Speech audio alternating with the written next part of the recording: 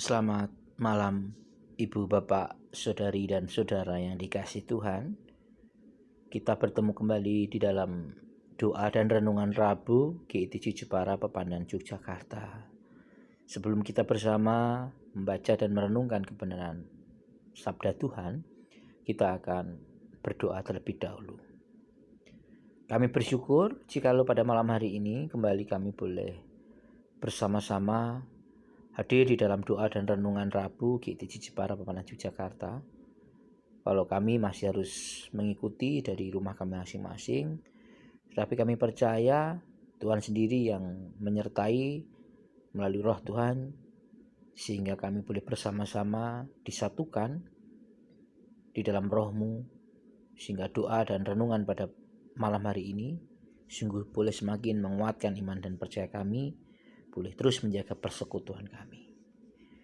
Di dalam Tuhan kami Yesus Kristus kami serahkan sepenuhnya doa dan renungan pada malam hari ini. Di dalam Tuhan kami Yesus Kristus kami berdoa. Amin.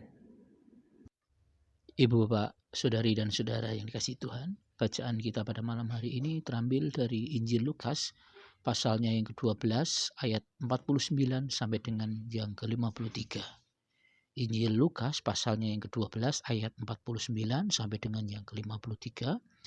Demikianlah firman Tuhan untuk kita semuanya. Aku datang untuk melemparkan api ke bumi, dan betapakah aku harapkan api itu telah menyala. Aku harus menerima baptisan, dan betapakah susahnya hatiku sebelum hal itu berlangsung. Kamu menyangka bahwa aku datang untuk membawa damai di atas bumi? Bukan, kataku kepadamu, bukan damai, melainkan pertentangan. Karena mulai dari sekarang akan ada pertentangan antara 5 orang di dalam satu rumah, 3 melawan 2, dan 2 melawan 3. Mereka akan saling bertentangan, ayah melawan anaknya laki-laki, dan anak laki-laki melawan ayahnya. Ibu melawan anaknya perempuan, dan anak perempuan melawan ibunya. Ibu mertua melawan menantunya perempuan, dan menantu perempuan melawan ibu mertuanya. Demikianlah pembacaan firman Tuhan untuk kita semuanya, dan kita semua yang berbahagia adalah yang tetap tekun setia membaca, merenungkan, dan lebih lagi melakukan firman di dalam hidup kita sehari-hari. Terpujilah nama Tuhan. Malam hari ini kita akan membicarakan tentang sebuah teks yang saya rasa sangat susah untuk dipahami kalau kita tidak sungguh-sungguh melihat keseluruhan kitab suci.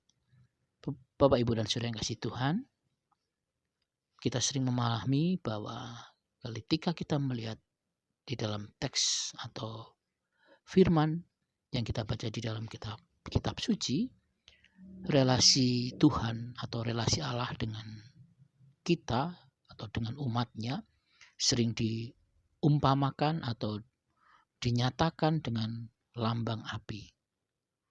Allah ingin menampakkan dirinya di dalam rupa atau api yang menyala-menyala.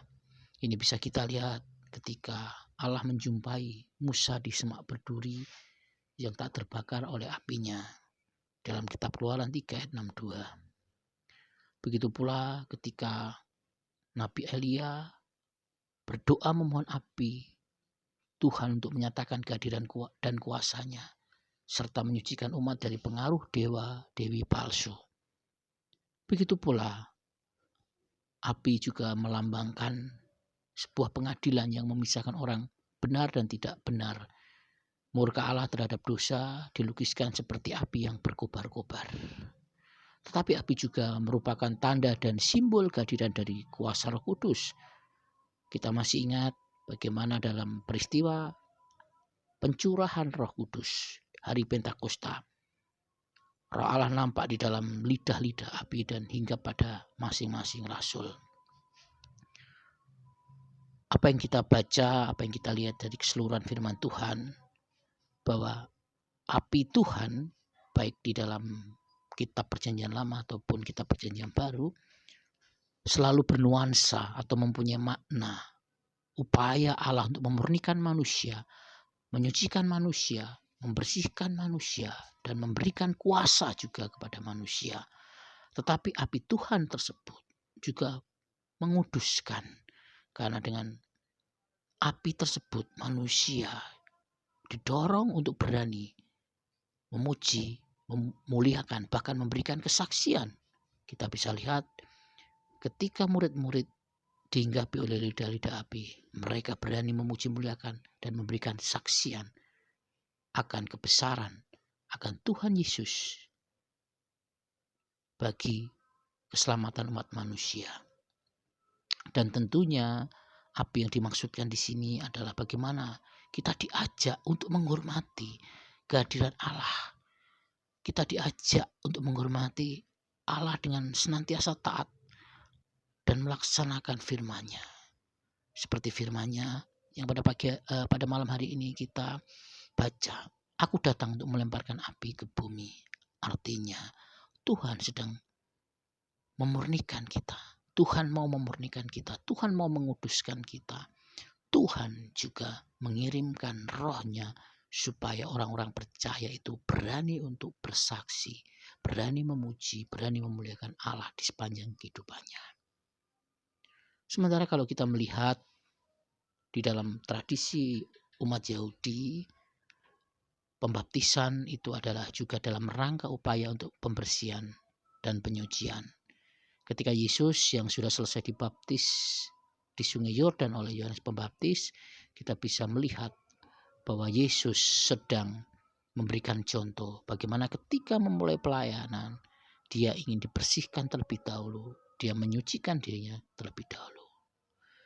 Dan di dalam perikop kita pada malam hari ini, kata pembaptisan yang dimaksud Yesus tentunya memiliki arti yang sangat khusus, yaitu baptisan kematian yang sudah dialami oleh Yesus. Kematian Yesus sungguh bermakna membersihkan dosa-dosa kita dan hidup kita disucikan agar menjadi serupa dan segambar dengan Allah kembali. Saudara yang kasih Tuhan, kalau kita melihat peristiwa kematian Yesus di atas kayu salib diawali sebagai itu merupakan awal mula pembaptisan. Melalui kematian dan kebangkitannya, Yesus sebenarnya sedang membuka era baru dalam sejarah manusia, yaitu memberikan pengampunan dan pemulihan harkat dan martabat manusia. Manusia yang relasinya jauh dari Allah menjadi dekat, menjadi kembali pulih karena kuasa kematian dan kebangkitan yang dikerjakan oleh Allah sendiri di dalam rupa manusia Yesus. Bapak, Ibu, dan Saudara kasih Tuhan, ketika kita berbicara juga mengenai perdamaian, Yesus senantiasa berbicara tentang damai.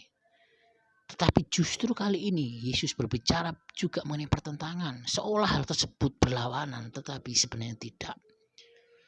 Damai yang diberikan oleh Yesus itu bukan hasil kompromi dengan banyak pihak, bukan kompromi dengan tangan-tangan jahat, bukan kompromi persepakatan dengan kaum Farisi, Saduki, Mahkamah Agung atau Mahkamah Agama.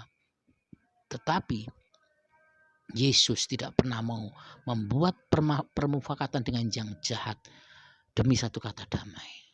Damai yang dikehendaki oleh Yesus adalah damai sejahtera Allah yang hadir di muka bumi. Damai yang tidak mau berkompromi dengan kejahatan. Di mana damai tersebut adalah Allah yang menjadi pusat hidup dari manusia. Dan manusia sungguh memilih Allah di dalam Kristus untuk menjadi pusat hidupnya. Sehingga Yesus pada waktu itu dimusuhi oleh banyak pihak-pihak, terutama dari kalangan Yahudi. Damai yang sebenarnya mau ditawarkan oleh Yesus tersebut, kita tahu ditolak oleh banyak kaum Yahudi, kaum Farisi, Saduki, dan juga Mahkamah Agama. Bahkan Herodes sendiri pun menolaknya.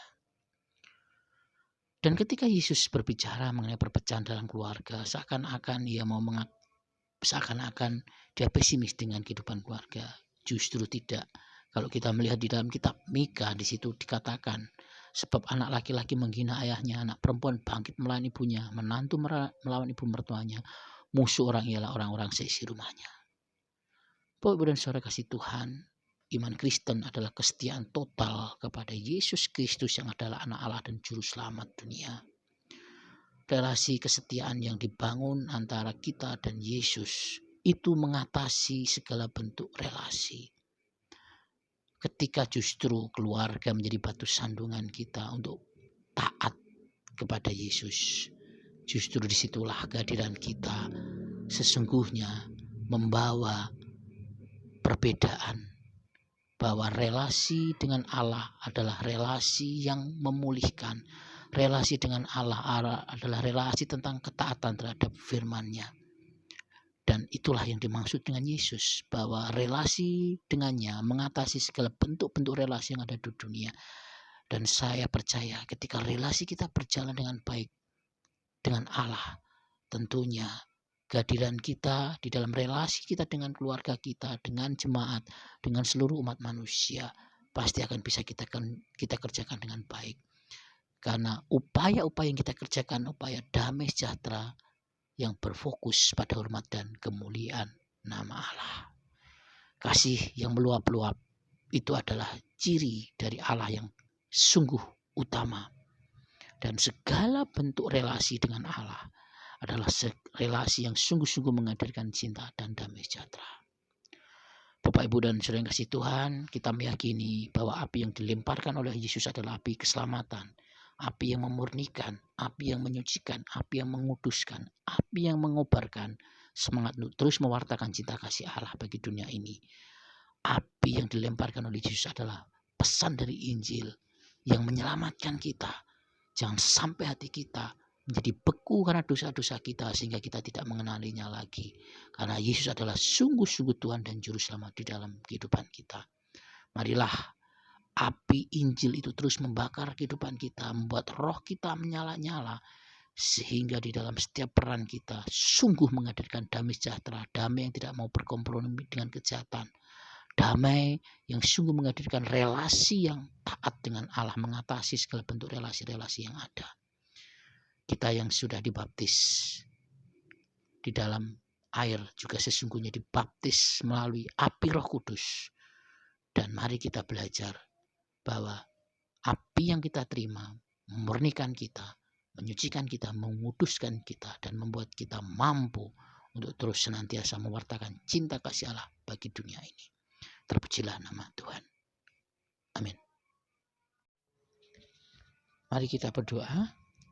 Tuhan, kami bersyukur malam hari ini kembali kami boleh menggumuliakan kebenaran firman-Mu. Biarlah firman-Mu yang terasa begitu keras ketika kami baca justru membuat kami meyakini bahwa api yang Kau berikan bagi kami adalah api yang menyucikan, menguduskan, dan membuat kami berani untuk terus mewartakan cinta kasih Allah bagi dunia ini. Tuhan, tak henti-hentinya kami berdoa untuk situasi pandemi ini. Kami bersyukur jikalau pandemi ini boleh semakin melandai, tetapi kami pun juga berdoa kiranya pandemi ini boleh sungguh-sungguh berlalu, dan melalui setiap ketaatan yang kami kerjakan dalam mentaati protokol kesehatan yang ada, membuat kami sungguh-sungguh menjadi para pelaku-pelaku firman-Mu yang memampukan kami untuk menjalankan ketaatan sehingga pandemi ini boleh cepat berlalu. Kami tak henti-hentinya berdoa Tuhan untuk seluruh jemaat-Mu di GKJ Jepara menuju Jakarta.